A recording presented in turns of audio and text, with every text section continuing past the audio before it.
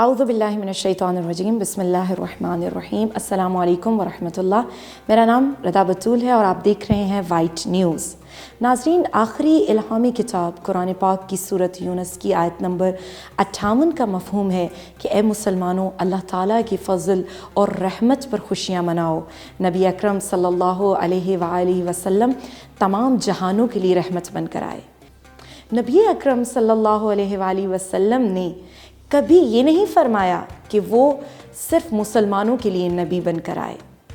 آپ صلی اللہ علیہ وآلہ وسلم پوری دنیا کے انسانوں کے لیے ہدایت بن کر آئے۔ نبی اکرم حضرت محمد مصطفیٰ صلی اللہ علیہ وآلہ وسلم دنیا کو وہ پہلا دستور لے کر آئے کہ جس میں اسلامی ملک میں رہنے والے غیر مسلموں کو برابر کے قانونی حقوق دیے گئے۔ آپ صلی اللہ علیہ وآلہ وسلم نے فرمایا، علی من ظلم محائجا او انتقصہ او کلفہ فوق طاقتہ او اخذ منہ شیئا بغیر طیب نفس فانہا حجیجہ یوم القیامہ۔ خبردار، جس کسی نے بھی کسی معاہد اقلیتی فرد پر ظلم کیا یا اس کا حق غصب کیا یا اس کو اس کی استطاعت سے زیادہ تکلیف دی یا اس کی رضا کے بغیر اس سے کوئی چیز لی، تو روز قیامت میں اس کی طرف سے مسلمان کے خلاف جھگڑوں گا۔ نبی اکرم صلی اللہ علیہ وآلہ وسلم بیرونی علاقوں سے آنے والے سفیروں کی میزبانی خود فرماتے۔ جب مدینہ منورہ میں آپ صلی اللہ علیہ وآلہ وسلم کی خدمت میں حبشہ کے عیسائیوں کا ایک وفد آیا تو آپ صلی اللہ علیہ وآلہ وسلم نے ان کو مسجد نبوی میں ٹھہرایا اور ان کی مہمان نوازی خود اپنے ذمہ لی اور فرمایا، انہم کانوا الاصحاب مکرمین فانی احب ان اقع فیہم۔ یہ لوگ ممتاز و منفرد حیثیت رکھتے ہیں، اس لیے کہ میں نے پسند کیا کہ میں خود ان کی تعظیم و تکریم اور مہمان نوازی کروں۔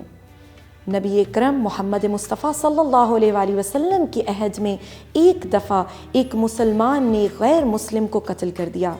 حضور اکرم صلی اللہ علیہ وآلہ وسلم نے قصاص کے طور پر اس مسلمان کے قتل کیے جانے کا حکم دیا اور فرمایا، انا حق من وفی بالذمتی، غیر مسلموں کے حقوق کی حفاظت میرا سب سے اہم فریضہ ہے۔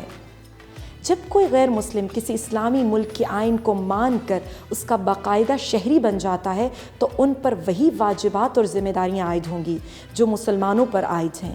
انہیں وہی حقوق حاصل ہوں گے جو مسلمانوں کو حاصل ہیں اور ان تمام مراعات اور سہولیات کے مستحق ہوں گے جن کے مسلمان مستحق ہیں۔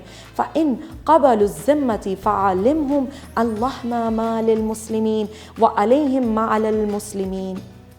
اگر وہ ذمہ قبول کر لیں تو انہیں بتا دو کہ جو حقوق و مراعات مسلمانوں کو حاصل ہیں وہی ان کو بھی حاصل ہوں گے اور جو ذمہ داریاں مسلمانوں پر عائد ہیں وہی ان پر بھی عائد ہوں گی۔ قربان جائیں ہم سرکار محمد مصطفیٰ پر کہ حضور اکرم صلی اللہ علیہ وآلہ وسلم نے اسلامی معاشرے میں بسنے والے غیر مسلم شہریوں کے بارے میں ہمیشہ متنبع فرماتے تھے۔ چنانچہ ایک دن آپ صلی اللہ علیہ وآلہ وسلم نے فرمایا، من قتل معاہدہ لم یحر رائحۃ الجنہ وان ریحھا توجد من مسیرۃ 40 عاما۔ جس کسی نے کسی معاہدے یعنی ایسے فرد کو جو کسی اسلامی ملک کا آئین مان کر اس کا شہری بن کر رہ رہا ہوگا، اگر ایسے شخص کو قتل کیا گیا تو وہ جنت کی خوشبو بھی نہیں پائے گا، حالانکہ جنت کی خوشبو 40 برس کی مسافت تک پھیلی ہوئی ہے۔ ناظرین، جب ہم خود کو مسلمان کہتے ہیں تو غیر مسلم ہمیں ہمارے نبی صلی اللہ علیہ وآلہ وسلم کے نمائندے کے طور پر دیکھتے ہیں اور ہم ایک مثال بن کر ان کے سامنے آتے ہیں اور ہمارے اخلاق اور کردار سے اسلام کی اچھائی کا اندازہ کرتے ہیں۔ اپنی ملک کا آئین مان کر اس کا شہری بن کر رہ رہا ہوگا، اگر ایسے شخص کو قتل کیا گیا تو وہ جنت کی خوشبو بھی نہیں پائے گا، حالانکہ جنت کی خوشبو 40 برس کی مسافت تک پھیلی ہوئی ہے۔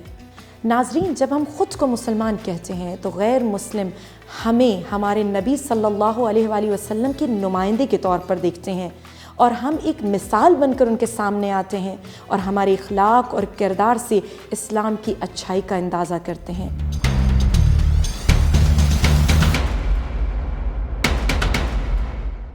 ناظرین محترم، آئیے ہم سب مل کر عہد کریں کہ ہم اپنے ملک پاکستان کو ایسا محفوظ اور زبردست ملک بنائیں گے کہ جس میں مسلمان تو ایک طرف پوری دنیا کے غیر مسلم بھی خود محفوظ محسوس کریں گے، اور پوری دنیا کے غیر مسلم یہ کہنے پر مجبور ہو جائیں گے کہ پاکستان کے لوگ جھوٹ نہیں بولتے، پاکستان کے لوگ دوسروں کا حق نہیں مارتے، اور پاکستان میں ہر کسی کی جان و مال عزت محفوظ رہتی ہے، کیونکہ اس ملک کے لوگ 1400 سال پہلے آنے والے آخری نبی محمد مصطفیٰ صلی اللہ علیہ وآلہ وسلم کے ماننے والے ہیں۔